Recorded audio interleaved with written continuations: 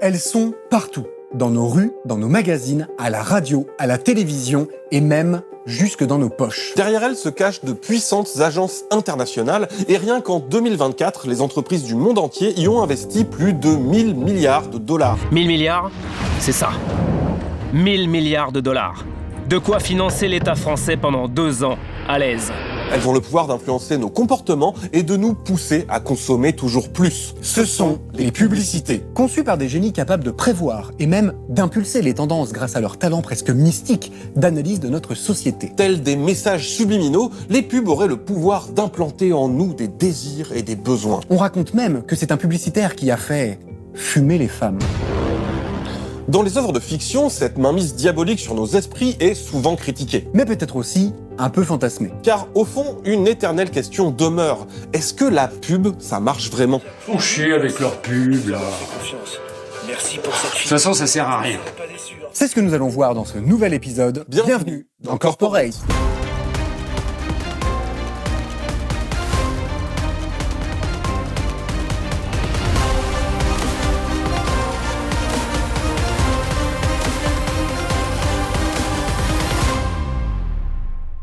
Bon, même s'il vous est déjà arrivé d'acheter le dernier produit passé dans votre feed Instagram, vous ne consommez bien sûr pas compulsivement tout ce que vous présentent les publicités. Vu qu'on estime Obama être exposé à plus de 5000 d'entre elles par jour, vous commenceriez à douiller un peu. Mais si le pouvoir de la pub n'est pas si magique que ça, comment expliquer que les entreprises y investissent toujours plus chaque année ? Dépensent-elles inutilement des sommes faramineuses en réclame ? Pour le savoir, il nous faut revenir à la fin du 19e siècle. Encore ? Mais c'est pas une émission, c'est un Tardis. They can travel anywhere in time and space.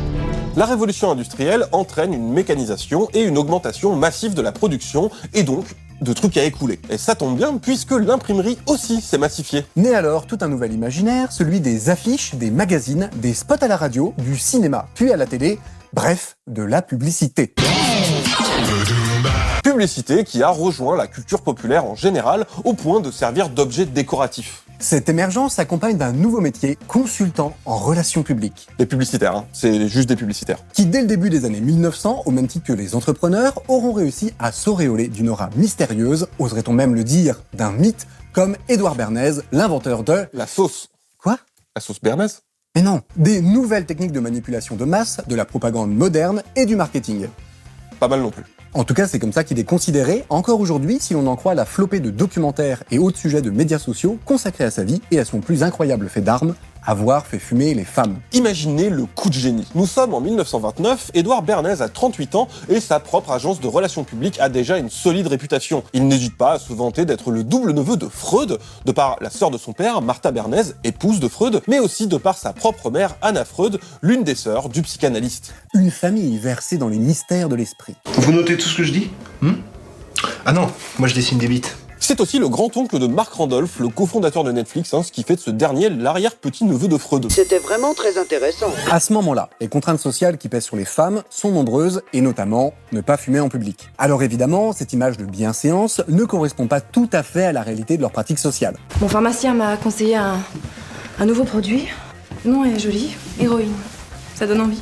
Mais dans les représentations de l'époque, fumer, c'est comme les pantalons, voter ou avoir un carnet de chèques, sur les dames, ça fait vulgaire. Can't you control her?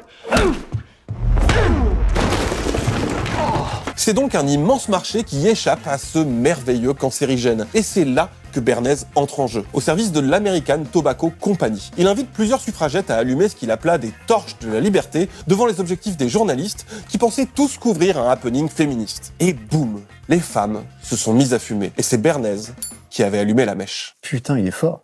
Pardon les gars, mais votre extrait là, Ouais. regardez la date, 1926. 3 ans avant, et pas dans un petit film de suffragette poseuse de bombe, mais produit par la Paramount, Dancing Mothers. Et elle, c'est Clara Bow. Elle incarne tout un mouvement qu'on appelait les flappers, ou les garçons, qui s'emparaient des atouts masculins, donc de la clope, mais aussi de l'alcool et des tenues de sport. Est-ce que vous êtes en train de me dire que vous croyez que les meufs ont attendu qu'un mec vienne leur permettre de fumer dans la rue pour revendiquer cette liberté ? Qu'un seul coup de com' était à l'origine de tout un bouleversement social et des mœurs ? Vous pensez pas qu'avant un connard de marketeur, il y avait eu d'autres personnes qui avaient fait tout le taf de revendication ? Par exemple, je sais pas, les meufs Et peut-être qu'il y avait eu d'autres événements un peu plus impactants, comme par exemple une guerre mondiale, qui a entraîné la baisse drastique du nombre d'hommes dans les entreprises et de fait l'augmentation du salaire des femmes, qui, durant cette période, avaient d'autres choses à s'inquiéter que de la morale bourgeoise. Et bien évidemment, vous pouvez ajouter à tout ça l'essor général de la société de consommation, parce qu'au fond, c'était pas une histoire de clope, c'était une histoire d'égalité et d'émancipation. Les fabricants de cigarettes ont juste commencé à capter qu'un nouveau marché s'offrait à eux, et ils ont commencé à sortir des cigarettes qui ciblaient spécifiquement les femmes. C'est pas vous qui avez fait une vidéo sur comment les marques récupèrent les mouvements contre-culturels ? Si, c'est nous, oui. Ah oui. Et d'où vous le sortez tout ça là ? Ah bah, il y a tous les documentaires, puis alors c'est partout sur Internet. Et la seule source de toutes ces productions, c'est qui ? Bernays.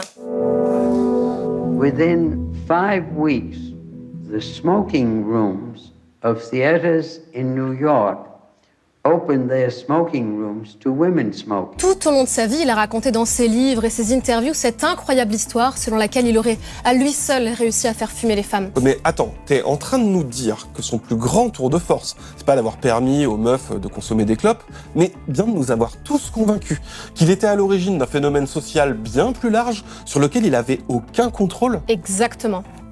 Putain, il est fort. Les suggestions visant à transgresser des habitudes de vie, des sentiments moraux très ancrés, des relations sacrées, sont impuissantes, même lors d'une transe hypnotique. Alors, en publicité, les tentatives pour changer les habitudes, les usages et pratiques établis de longue date, en usant de simples suggestions, affirmations ou assertions, sont bien difficiles. Donc, d'après nos recherches, il semblerait qu'un homme à lui seul ne peut pas être à l'origine du succès du lancement d'un nouveau produit entraînant un changement de société radical. Et c'est vrai, puisque les industriels n'ont pas attendu des Bernays, ni même des Ivili, pour diffuser leur représentation du monde. Ces hommes, ces publicitaires, ne sont en réalité que des figures médiatisées dont le parcours ne les distingue de la génération de propagandistes dont ils sont issus que par leur capacité à vendre leurs produits phares, c'est-à-dire eux-mêmes. Bref, je suis un excellent produit. Les véritables acteurs de la modernité capitaliste sont ces nouvelles formes institutionnelles, et non les employés et les consultants qui les servent, aussi brillants soient-ils. Déjà au milieu du 19e siècle, les grandes compagnies de chemin de fer américaines utilisaient la publicité et rachetaient des titres de presse pour se prémunir de reportages compromettants, car la concentration de ressources jamais vues entre leurs mains leur permettait du même coup d'investir dans ces médias émergents. Eh ben, comme quoi, il y a des choses qui changent pas. Mais Bolloré, on a vu comment il se comportait dans les autres médias dont il a fait l'acquisition. On voit ses pratiques d'actionnaires, et ces pratiques d'actionnaires ne respectent jamais l'indépendance des journalistes. L'émergence des relations publiques qui amena aux consultants n'est en réalité que la professionnalisation de pratiques d'entreprise face au développement du journalisme d'investigation. Les fameux muckrackers qui dévoilaient les scandales de ces entreprises devenues internationales. Et une bonne façon de créer une confiance du public envers ces nouveaux produits industriels, comme on vous l'a expliqué dans notre épisode sur l'origine des marques. La croyance selon laquelle des publicitaires sont en capacité d'influencer les gens avec une simple campagne de pub est en réalité issue d'une vieille théorie aujourd'hui désuète. Enfin, elle est plus reconnue par le monde académique, mais encore bien ancrée dans les esprits. Celle de la seringue hypodermique, selon laquelle un message diffusé dans un film, une pub ou un meeting politique serait directement reçu dans son intégralité et sans délai par le destinataire. La plus puissante neurotoxine du monde, elle agit en un 2/1000 de seconde, c'est-à-dire plus vite que la conduction nerveuse. Une sorte de flèche de Cupidon, sauf qu'au lieu d'un bébé joufflu, vous avez une agence de pub, et plutôt que votre âme sœur, vous avez un produit. Mais si ça avait été vrai, il aurait suffi de notre premier épisode pour vous vendre les délicieux Crusters. Qui sauront ravir vos convives lors de vos apéritifs entre amis. Or, nous sommes bien conscients que cela n'est pas aussi simple. En partie puisqu'on ne prête pas toujours grande attention à la pub, mais aussi parce que l'esprit humain est bien plus complexe et que nos représentations du monde n'évoluent pas d'un coup d'un seul. Le succès ou l'échec de la sortie d'un nouveau produit est en réalité soumis à de multiples facteurs. Le rapport de force entre l'entreprise qui produit et ses distributeurs, l'importance et l'efficacité de sa force de vente, ses techniques de promotion, l'innovation de son produit, sa politique de prix, son packaging, etc. Mais en plus de ces facteurs inhérents au produit lui-même, il faut aussi prendre en compte la socialisation des consommateurs et consommatrices, les idées enracinées dans leur culture, leur situation économique et de nombreux autres facteurs externes. Plus globalement, tomber au bon endroit au bon moment. Ou en d'autres termes, le meilleur des commerciaux ne parviendrait pas à vendre des glaçons sur la banquise. Vendez-moi ce stylo. Mais attends, parce que dans un autre épisode, on a dit qu'avec leur Père Noël, là, ils avaient réussi à nous vendre du Coca en hiver. Bien sûr, mais ce changement d'image de marque s'explique par toutes les raisons qu'on vient de citer, et pas juste en foutant le vieux à leur couleur. On raconte d'ailleurs que notre vision du Père Noël en rouge a été imposée par ces pubs Coca. Or, déjà c'est pas du tout eux qui l'ont inventé, mais en plus, cette version moderne du personnage vient surtout du fait qu'elle colle parfaitement à l'imaginaire de la société de consommation et aux nouvelles pratiques qui vont avec, sur lesquelles on surfait Coca-Cola. C'est un biais du survivant en fait, qui fait oublier que chaque année, c'est près de 30 000 nouveaux produits qui sont mis sur le marché, avec de destins divers, comme finir dans le Museum of Failure, un musée un peu particulier, recueillant les plus beaux échecs commerciaux de nos grandes marques préférées, malgré leurs moyens publicitaires colossaux, Pepsi, Oreo, Pringles et même Adidas, ou encore le Tesla Cybertruck d'Elon Musk. Oh my fucking god. Well... maybe that was a little too hard. Qui n'est finalement jamais loin de son nouveau camarade Trump, dont l'une des forces n'est finalement pas d'être un homme d'affaires de génie, mais de nous convaincre qu'il l'est. Alors que pas du tout. Autre exemple parlant, le Google Cemetery, qui liste pas loin de 166 projets de la grande firme américaine qui n'ont jamais pris auprès du grand public. Et ça, malgré toute leur com. Donc, la pub, ça marche pas. Allez. Et voilà. Non mais dire qu'ils mettent des milliards chaque année dedans, vraiment, elle est trop con, elle est trop Allez, merci d'avoir suivi cet épisode et n'oubliez pas de vous abonner à Blast. C'est Bardez. Ah.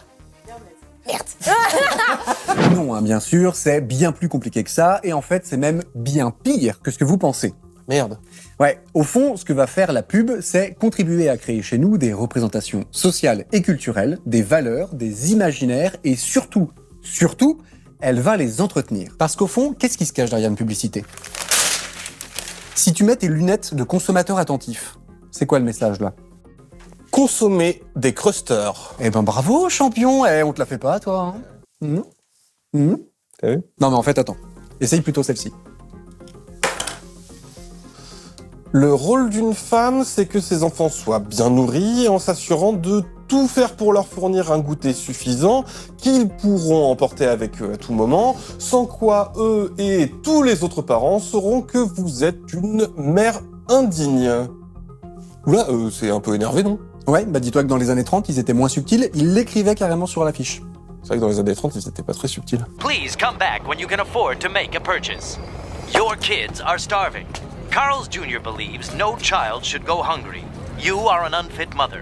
Comprenez bien qu'on ne vous parle pas là de la stratégie d'une unique marque, mais bien de l'ensemble des productions publicitaires de l'époque, combinées aux autres formes de représentation culturelle qui présupposaient un rôle des femmes, la cible de cette pub, en instrumentalisant la peur de la honte sociale, de l'échec, de l'adultère, du divorce, voire même du décès de leurs enfants.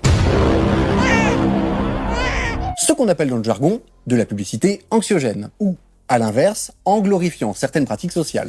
Ces publicités ne vendent pas tant un produit qu'une vision du monde, un modèle social qui va dans le sens de la consommation de ces produits. De nos jours, commente Edouard Bernays, c'est l'offre qui doit s'efforcer de créer une demande à sa mesure. Au moyen de la publicité et de la propagande, l'entrepreneur s'efforce de rester en contact permanent avec le grand public, de façon à créer une demande continue, sans laquelle son usine coûteuse ne dégagerait pas de profit. Cette image cliché de la ménagère dans les pubs un peu désuètes, vous la connaissez. La maîtresse de maison, la ménagère, elle veut avoir un aspirateur, elle veut avoir un frigidaire. Mais il faut bien comprendre qu'elle a rien d'ancestral, et au contraire, elle a été imposée par ces imaginaires, notamment de la pub, pour accompagner un nouveau mode de production et de consommation. Un imaginaire où l'homme devient le chef de famille, ramenant de l'extérieur du foyer une ressource, l'argent, tandis que la femme est responsable de gérer ce même foyer, d'où le fait qu'elle soit la cible de ces publicités. Un imaginaire qui vient au contraire remplacer une division genrée très différente dans les sociétés agricoles ou dans la classe ouvrière traditionnelle. Si ces images nous paraissent aujourd'hui ringardes, provoquent le rejet, l'amusement ou au contraire une nostalgie fantasmée, c'est qu'elles ne correspondent plus vraiment à nos modes de production dans un monde où les femmes se sont en partie émancipées de ce rôle grâce à leur lutte. Les publicitaires eux-mêmes s'en sont peu à peu éloignés parce que du coup ça vend vachement moins bien. Et surtout pas parce qu'ils auraient eu le flair pour sentir les évolutions sociales. Bien au contraire. Nous avons tendance à improviser quand nous ne trouvons pas de place de parking. Mais nous laissons toujours notre numéro de téléphone. Si nous trouvons un bout de papier, c'est pourquoi Nouvelle Renault Twingo vous offre l'option « Désolé de m'être garé là ». La pub met avant tout en scène l'imaginaire et les biais des publicitaires eux-mêmes, comme elle l'a toujours fait. En perpétuant ces représentations, la publicité a même contribué à freiner les évolutions. Qu'est-ce que c'est que ce bordel là ? C'est quoi cette blague ? Ton papier, merci Jennifer. C'est quoi cette blague ?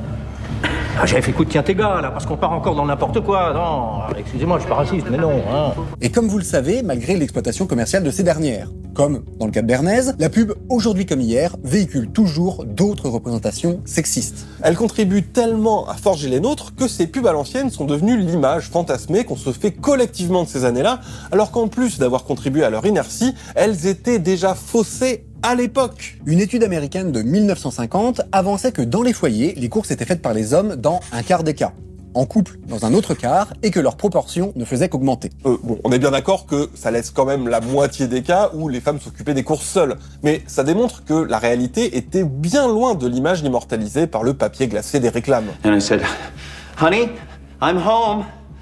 Only there was no one there. No wife. No lights. No dinner. No dinner? Et ça, c'est un autre exemple de ce qu'on a déjà évoqué, les absences structurantes. Il y a ce que la pub montre, mais tout aussi important, si ce n'est plus, il y a ce que la publicité ne montre pas. Viens remuer un coup. Et dis-moi ce que tu vois. Donnez à vos enfants des gâteaux industriels dégueulasses sous emballage plastique jetable, sans vous demander ce qu'il y a dans cette pâte transformée pleine de merde, produite dans des conditions inhumaines par des ouvriers d'Asie du Sud-Est, vu qu'avec votre vie infernale et votre mari démissionnaire, vous avez déjà pas le temps de vous faire à bouffer pour vous-même entre deux plaquettes d'antidépresseurs. Et oui, c'est aussi ça les messages cachés de la pub. Finalement, la métaphore en apparence grossière du film Invasion Los Angeles, qu'on utilise depuis le début et qu'on voit souvent pour critiquer la pub, elle est peut-être plus juste qu'elle en a l'air. Au fond, elle montre que le message de la pub ne concerne pas tant le produit lui-même, mais qu'elle contribue à des injonctions sociales et à des représentations du monde aux côtés de la presse, des médias et de la culture en général. When you put the glasses on, you see dictatorship in democracy. It's the invisible order which sustains your apparent freedom.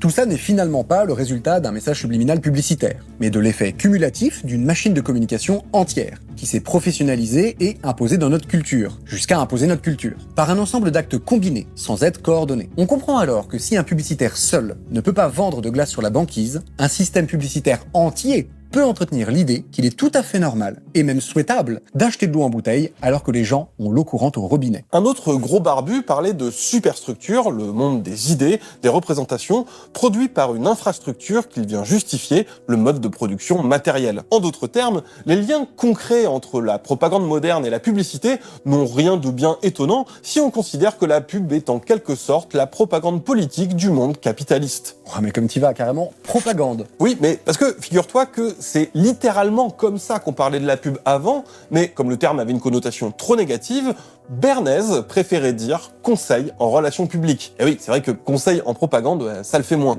Et son livre le plus connu s'appelle Propaganda. Les attitudes, comportements et valeurs favorables aux intérêts marchands sont ainsi sélectionnées et surexposées. Le chercheur en communication, Michael Schudson, appelle ce système symbolique invasif le réalisme capitaliste. Un imaginaire ni réaliste, ni tout à fait fictionnel, sans fracture ni aspérité, qui idéalise le consommateur et célèbre le confort matériel d'une vaste middle class qui s'impose à la totalité de l'espace social. Tout ça n'existe pas. Regardez-vous. Vous ne correspondez à rien.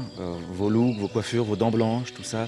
Même la tache là, du sale avec du propre autour, ça n'existe pas. Personne ne se salit comme ça, vous comprenez ? Tout ça, il faut bien le garder en tête. Et pas seulement quand on voit les bonnes vieilles pubs à l'ancienne qui nous semblent si dépassées aujourd'hui. Il a une Audi, il aura la femme.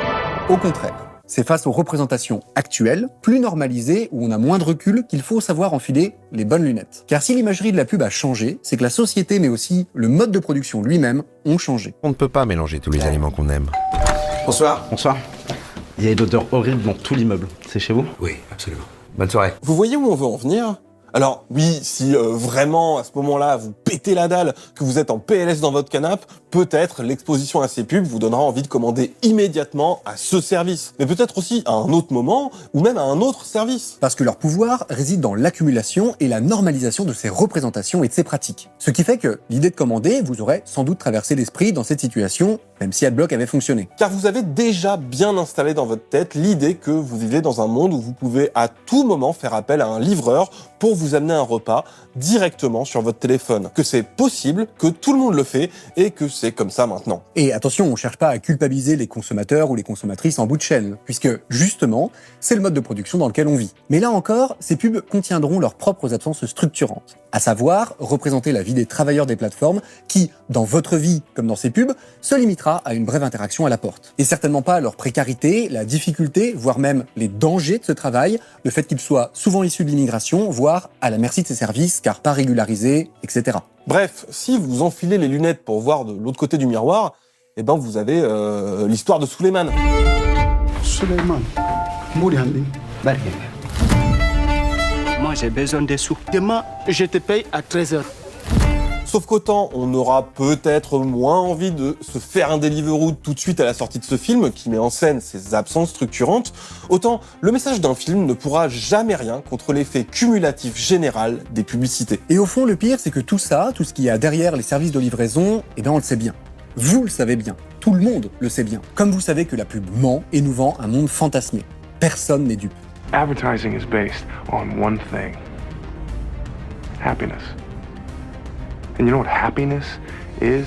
Happiness is the smell of a new car. Mais c'est ça qui est fort. La pub, comme la propagande, ça marche même quand on n'y croit pas. De la même manière, on n'a pas toujours conscience de tout le travail dans un média indépendant, que ce soit l'écriture, le tournage et le montage des vidéos, mais aussi de celles et ceux qui s'occupent de la production, de la comptabilité ou encore du graphisme et des miniatures, et c'est pour payer tout ça qu'on a besoin de votre soutien. Donc n'hésitez pas à soutenir Blast grâce au lien mis là dans la description par de petites mains. Fumer, c'est comme les pantalons, voler... Non. Oui aussi, mais c'est pas ouf quand même. La moitié des cas où les femmes s'occupaient des corps... Des corps. Les femmes s'occupaient des corps. Non, attends, je sais pas si je vais roter ou pas. Vas-y. Ça sort là. On est connectés.